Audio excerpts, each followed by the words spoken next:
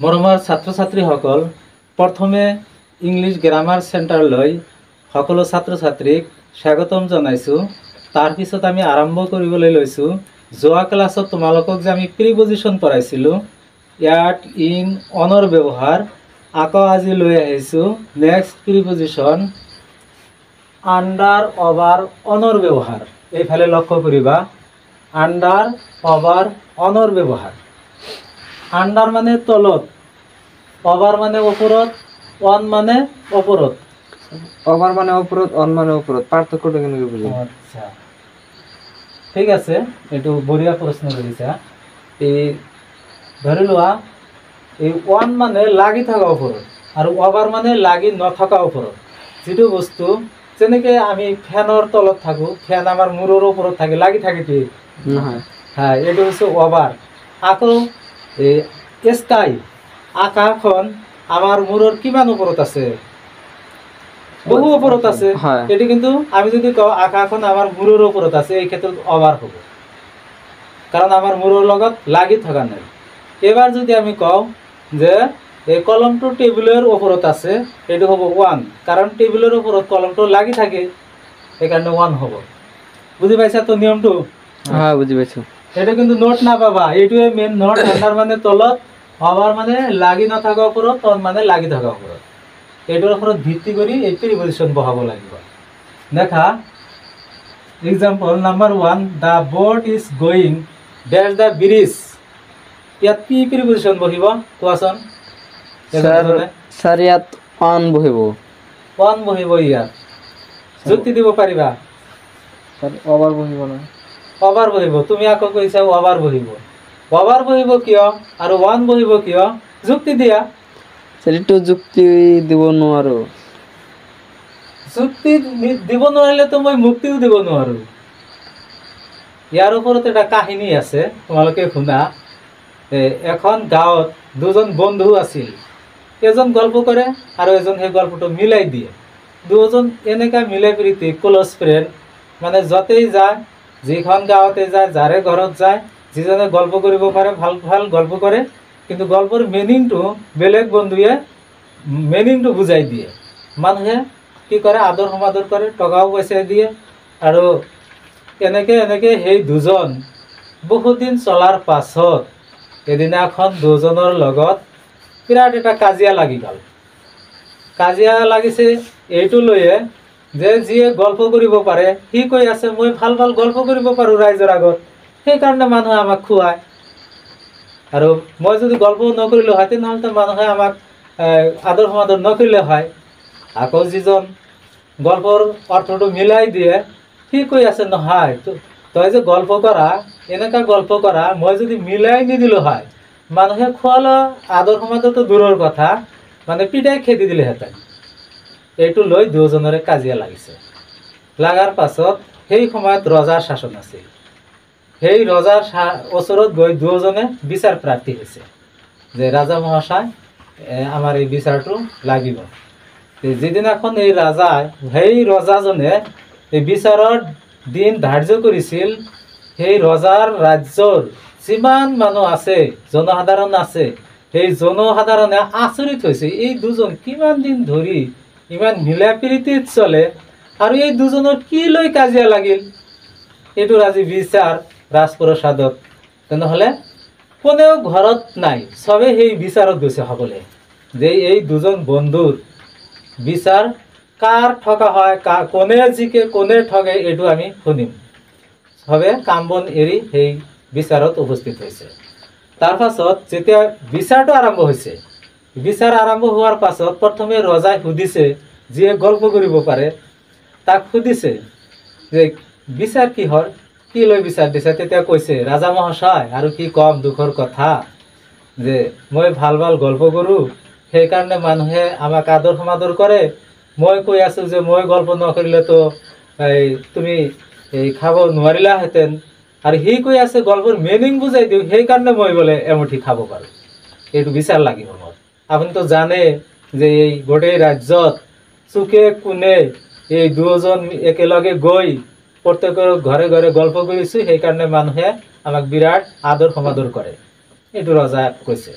তাৰ পাছত ৰজাই কৈছে তেনেহ'লে এতিয়া এটা গল্প কৰাচোন, কাৰণ তোমাৰ গল্পৰ কাৰণে যদি জনসাধাৰণে দুজনক খুৱায় তেনেহ'লে আজি এটা গল্প কৰাচোন। গল্প কৰিছে যে আকাশত কুকুৰ ভুকে। এইবাৰ ৰজাই সুধিছে ইয়াৰ মিনিং কি, আকাশত কেনেকৈ কুকুৰ ভুকে। এইবাৰতো যিয়ে গল্প কৰিছে গল্পটোত আৰু মিনিং মিলাই দিব নোৱাৰে, কেনেকৈ আকাশত কুকুৰ ভুকে এইটোৰ অৰ্থ ভাঙি দিব পৰা নাই। তাৰ পাছত সুধিছে যিয়ে মিলাই দিব পাৰে তাক সুধিছে তেনেহ'লে এই আকাশত যে কুকুৰ ভুকে এইটোৰ মিনিং কি এইটো বুজাই দিয়াচোন। তেতিয়া সেই বন্ধুজনে কৈছে ৰজা মহাশয় শুনক, এখন ঘৰত সেই ঘৰৰ মানুহে এটা কুকুৰা পোহে আৰু এটা কুকুৰো পোহে। একে সময়তে সেই কুকুৰাটোৱে পোৱালি দিছে কমেও 20টামান, আৰু সেই ঘৰৰ কুকুৰটোৱেও 4-5টামান পোৱালি দিছে। এইখন ঘৰৰ যিহেতু কুকুৰা আৰু কুকুৰ মিলা প্ৰীতিত চলে, সেই ঘৰৰ চোতালৰ সন্মুখত কুকুৰাৰ পোৱালি আৰু কুকুৰৰ পোৱালি মিলিজুলি খেলি আছে, আহাৰ কৰি আছে। ঠিক সেই মুহূৰ্তত আকাশেদি এটা চিলনি উৰি গৈ আছে। চিলনিৰ কামটো কুকুৰৰ পোৱালি ধৰা। ওপৰৰ পৰাই লক্ষ্য কৰিছে যে তাত বহুত কেইটা কুকুৰাৰ পোৱালি আছে, তেনেহ'লে এটা পোৱালি আমি ধৰি লৈ যাওঁ। সেই আশাত চিলনিয়ে কি কৰিছে, এই থাপ মাৰি এটা কুকুৰাৰ পোৱালি বুলি ধৰি লৈ গৈছে আকাশত। আকাশেদি উৰি গৈ আছে, কিন্তু চিলনিৰ দুৰ্ভাগ্য যে যিহেতু কুকুৰা আৰু কুকুৰৰ পোৱালি মিলিজুলি আছে, তাৰ সেই থাপত কুকুৰৰ পোৱালি উঠিছে, কুকুৰাৰ পোৱালি উঠা নাই। এইবাৰ চিলনিটো আকাশেদি উৰি গৈ আছে, কুকুৰৰ পোৱালিটো ভুকি আছে। এনেকেই ৰজা মহাশয় আকাশত কুকুৰ ভুকে। তেতিয়া ৰজা মহাশয়ে বিচাৰটো ভাঙি দিলে যে গল্প কৰিলেই নহ'ব, তাৰ মিল দিব লাগিব, অৰ্থ থাকিব লাগিব। যে অৰ্থ মিলাব পাৰে, যুক্তি দিব পাৰে, সি হৈছে প্ৰকৃত ৰাইজৰ আগত সন্মান পাব। এইখিনিৰ দ্বাৰা তোমালোকক বুজাইছোঁ। এই একজনে ক'লা যে অভাৰ বহিব, ইয়াত যুক্তি দিব নোৱাৰিলা। এজনে ক'লা যে ওৱান বহিব, যুক্তি কিন্তু দিব পৰা নাই। তেনেহ'লে চিন্তা কৰাচোন, তোমালোকক দুজনক বান্ধি পিটাব লাগেনে নাই? হয়। আদৰটো দূৰৰ কথা।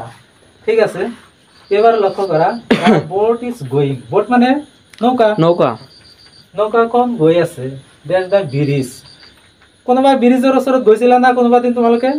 হয়, গৈছিলোঁ। তেনেহ'লে যদি যোৱা নাই বা দেখা নাই, ব্ৰিজৰ তলেদি নৌকা যায় না ওপৰেদি যায়? তল দি যায় ব্ৰিজৰ। দেখা পাইছা তো? হয়, দেখা পাইছোঁ। তেনেহ'লে আজি কি ওৱান ক'লা? নৌকা কি ব্ৰিজৰ ওপৰেদি চুচৰি লৈ যায়, না কোনোবা দিন আমি দেখা পাইছোঁ যে ব্ৰিজৰ ওপৰেদি শূন্যেদি নৌকা উৰি যায়? আচৰিত কথা নাই, মানুহে ক'ব কি তোমালোকক? এটা হাঁহিয়াতাৰ কথা। ঠিক আছে, আজিৰে পৰা কিন্তু এইটো আৰু ভুল নকৰিবা, হ'ব? হয়। ইয়াত তেনেহ'লে কি বহিব? Under. Under. Thank you. 2 number, the bus is going there the bridge. এইটোত কি বহিব? স্যাৰ অন বহিব। ওৱান বহিব, কাৰণ স্যাৰ বাছ ব্ৰিজৰ ওপৰেদি যায়। এতিয়া তেনেহ'লে যুক্তি আহিছে ন? হয়। 3 number, the birds are flying there the bridge. ইয়াত কি বহিব? স্যাৰ ইয়াত অন বহিব। ওৱান বহিব। হয় স্যাৰ, কাৰণ ওপৰত। তুমি কি বহিব? অভাৰ হ'ব না স্যাৰ? অভাৰ হ'ব। Birds are flying the bridge. যুক্তিটো চৰাইটো ওপৰেদি যায়। মানে ব্ৰিজৰ লগত লাগি নাথাকে, বহুতো ওপৰেদি যায়। থেংক ইউ, ঠিকেই আনচাৰ আহিছে। সেইটো অভাৰ। তুমি অলপ আৰু ভালকৈ বুজাৰ চেষ্টা কৰিবা উদাহৰণবিলাক। তাৰমানে ইয়াৰ দ্বাৰা আমি বুজি পাইছোঁ, তোমালোকে হয়তো এই ৱাৰ্ড মিনিং ধৰিব পৰা নাই নেকি, চেণ্টেন্সটোৰ মিনিং কি, সেইকাৰণে এইটো মিষ্টেক হ'ব পাৰে। 4 number, the men is sleeping there the tree. ইয়াত কি বহিব? স্যাৰ ইয়াত আণ্ডাৰ বহিব। আণ্ডাৰ, কাৰণ কাৰণ মানুহজন গছৰ তলত বহি আছে। নহয়, বহি স্লিপিং, শুই আছে। ঠিক আছে, মানুহতো গছত উঠি শুই নাথাকে। হয়। তলতহে শুই থাকে ৰ'দৰ মাজত। Under. 5 number, the sky is dash our heads. এইটো কি হ'ব? স্যাৰ ইয়াত অন বহিব। অন বহিব ইয়াত, চিন্তা কৰাচোন অলপ আগত কিন্তু তোমালোকৰ এই যুক্তি লৈ এটা কাহিনী কোৱা হ'ল স্যাৰ নহয় নহয় কেনেকৈ অৱস্থা? এটু ওভাৰ হ'ব অবাক হ'ব হয় কাৰণ কাৰণ মানে চড়াই আগাৰ স্কাই স্কাই মানুহৰ মূৰৰ লগত লাগি নাথাকে বহু ওপৰত হয়। ঠিক আছে এতিয়া যুক্তিত আহিছে 6 number the bird is sitting there the tree সেয়া তন বহিব on বহিব কাৰণ কাৰণ গছৰ ওপৰত বহি আছে লাগি থাকা ঠিক আছে থেংক ইউ আজি সঁচাকৈ ক্লাছটো কৰি ভাল লাগিছে কাৰণ প্ৰথমে যদিও তোমালোকে সিমানখিনি বুজি পোৱা নাছিলা আমি অৱশেষত দেখা পালো যে তোমালোকে প্ৰতিটো উদাহৰণে যুক্তি সহকাৰে বুজি পাইছা তাৰ কাৰণে আমি তোমালোকক আকৌ ধন্যবাদ জনাইছো আৰু মোৰ অন্তৰৰ পৰা আন্তৰিকতা জ্ঞাপন কৰিছো যাতে এনেকা প্ৰিপজিশনৰ ব্যৱহাৰ পৰৱৰ্তী দিন আৰু আমি ভালকৈ তোমালোকক বুজাব পাৰো আৰু তোমালোকে শিকিব পাৰা এইখিনি আশা ৰাখি আজিৰ ক্লাছৰ পৰা বিদায় লৈছো thank you my dear students